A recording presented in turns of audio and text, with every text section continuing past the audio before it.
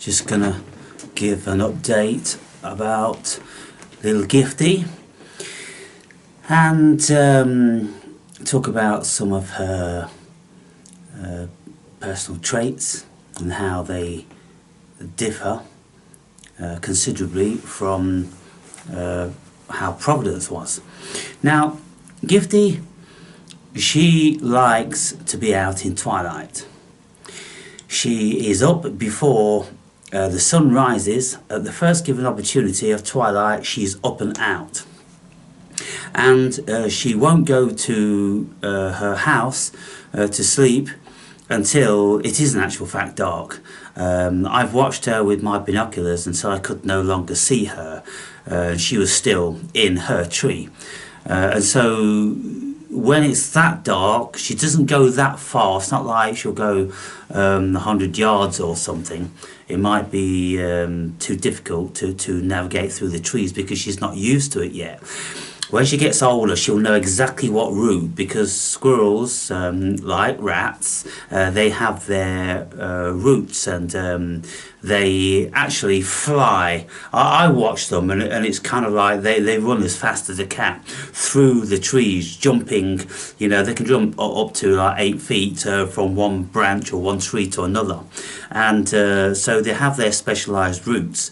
Giftie hasn't learned hers as yet.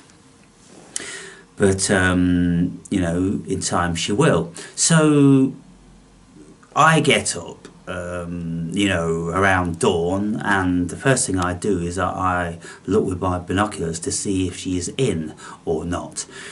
And I can always tell whether she's in or not, because when she's in, the aperture has been stuffed up with stuffing, because that's what they like to do, so there's no chill in their beautiful little nest. And it's a very interesting thing, that is, because I don't know of many animals which would be clever enough to do that. A dog most certainly wouldn't, a cat most certainly wouldn't, and so we have to really start to contemplate the intelligence of squirrels, because they are highly intelligent, and you can see all different sorts of obstacle courses on YouTube where people build them to try and tax or overtax the intelligence of squirrels, and invariably they can never do it. They can take lids off things, and they'll work out all different sorts of mechanical mechanisms to get at the food. Highly intelligent. So she likes the twilight, and she's you know, likes the dark apparently as well. She just feels. I watch her, and she's playing with herself in the tree, and you know, she's running around, and you know, playing with leaves and all different. So she's having fun, and you know, then when it gets too dark for me to watch her, she's still there, and so that's the beautiful thing. Providence would never be out in the dark. In actual fact, I would go out to get Providence out of bed. Sometimes, let's just say, it could very often be at least an hour, maybe 2 hours after daybreak.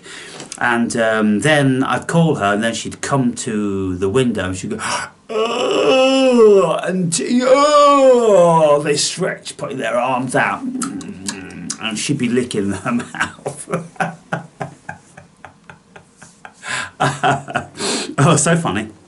And then at dusk every night, she'd be back, and her doorway would be blocked up. She wouldn't wait for dusk. As soon as the sun started to go down, she's like, fuck this. Oh goodness, the idiosyncrasies. So also rain. Giftie doesn't mind the rain. Providence wouldn't go near the rain. With a few drops on her very, very delicate fur, she'd be straight in her house. Whereas Giftie, she's, you know, foraging through the trees, and she's pretty wet. And the thing about squirrel fur is that it's not water repellent. It's very, very light and fluffy. It keeps them warm in the winter time, but they're not good in the rain. That's why most of them shy away, because they get soaken to the skin very, very quickly. There's no oil in their fur. And so this morning, I tend to go out, let's say, a couple of hours after daybreak, because I found going out immediately, she was yawning and stretching and having a scratch and a wash, and she wasn't that interested in food.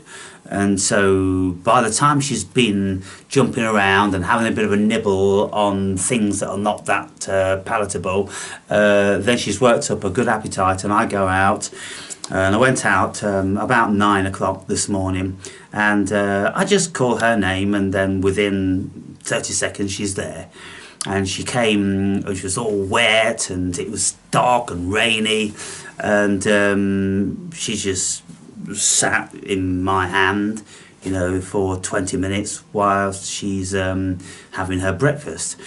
And she likes pecans, she likes cashews, and she likes walnuts. Anything else she's not interested in. She'll have a bit of a nibble on a goji berry. She won't touch raisins. She's not interested in sunflower seeds.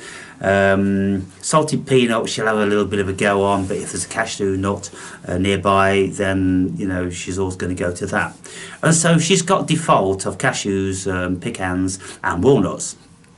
And I've tried with all different sorts of vegetables, with like you know, peas and sweet corn and carrot and lettuce and cabbage and cauliflower and broccoli and all these things, but she's not interested. And so they eat, you know, bits of bark and shoots and flowers, and you know, at this moment in time there's plenty of yew trees around here, and so they eat the yew berries, and you know, grass shoots and lots of things like that. So she's doing all right. I'll feed her twice a day these days, morning and evening time. And after she's eaten, she wants to play. And she just starts wrestling and running around and jumping on me, and, you know, always like she just loves the fingers and just to bite and bite and bite. And so she'll do that for 20 minutes. And in the end, you know, I'm, you know, kind of like got stuff to do, Giftie. Go and find some, you know, fairy friends to wrestle with. And so I put her back on the fence. But then she'll just sit on the fence and she'll look at me, and I go, do you want to play a little bit more? And then she'll jump on me again, and then she'll start again. And when Providence was young and in the house, she did that. And on very rare occasions would she do it outside, because she was always on red alert, you know, for what's going on, what bird was flapping, what tree was rustling, and everything like that. And she'd be eating like this, and then all of a sudden she'd just pause, and I'd just be watching her for 30 seconds, and then she'd start again, or she'd pause and then she'd bolt, and then 15 seconds later there'd be other cries of squirrels crying out that there's a predator about. So she'd heard that there was a predator about from another animal. She'd heard it from the birds. Now I'm telling you people, you've heard it here first, and I've never heard anything like this before. But animals, of course, they know the distress calls of other animals. And so I know this absolutely to be a fact, via logical reasoning and assessment. When I hear absolutely nothing, and I'm very, very tuned in to all the sounds that squirrels make, and if there isn't a single sound, and Providence was just sitting here, then all of a sudden she'd freeze, and then she'd look, and her ears would be like this, and then she'd bolt, and then, like I say, You know, 15 seconds later it could be that the other squirrels start crying. And so what I have discerned, being out and paying attention to everything, when there is different intonation coming from the birds, and I've got to know lots of birds. When there's resident robins, I know all their sounds. The coal tits, blue tits, great tits, they all have plenty of sounds. They have lots of sounds, you know. Lots of birds have lots of sounds. And so when you hear one making a certain sound and it seems out of context, then you know you have to be very aware. Now what I know is that the different levels of intercourse that birds have varies throughout the whole season, and they have a whole different repertoire depending on whether it's wintertime, springtime, summertime.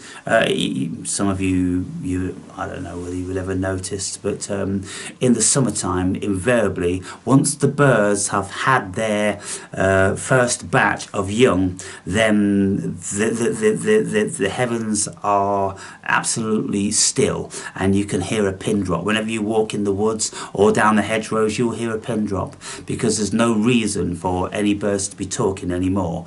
They have just had their first batch of young, and they won't be breeding again for a month or two, whatever the next period is for them, and so they have a siesta, and then they'll start again. And so, yes, well, we can listen. In the garden, you can hear all different intonations. And if you just sit there and listen, then you will know yourself when there is a cat come creeping, because different birds will tell you with their different intonations and communications.